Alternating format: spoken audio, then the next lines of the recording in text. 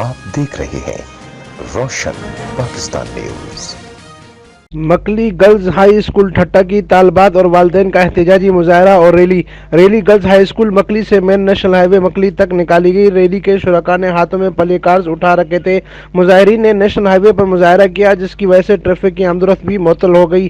مظاہرہ fly over اور speed breaker نہ ہونے اور روزمرہ کے حادثات کی وجہ سے کیا گیا۔ گزشتہ دن ایک طالبہ بھی روڈ حادثے کا شکار رہی۔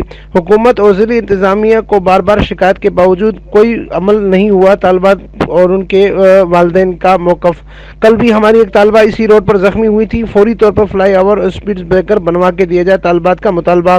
اس موقع پر پیپلز پارٹی ٹھٹہ کے رہنما حمید پنور بھی پہنچے، جنہوں نے میڈیا سے کہا کہ حکومت اس پر فوری نوٹس لے گی اور اس سلسلے میں ضلعی انتظامیہ سے بھی بات کی جائے گی کہ وہ فلائی اوور تعمیر کرائے تاکہ مزید حادثات سے روک تھام ہو سکے۔ امین فاروقی، روشن پاکستان نیوز، ٹھٹہ، سندھ۔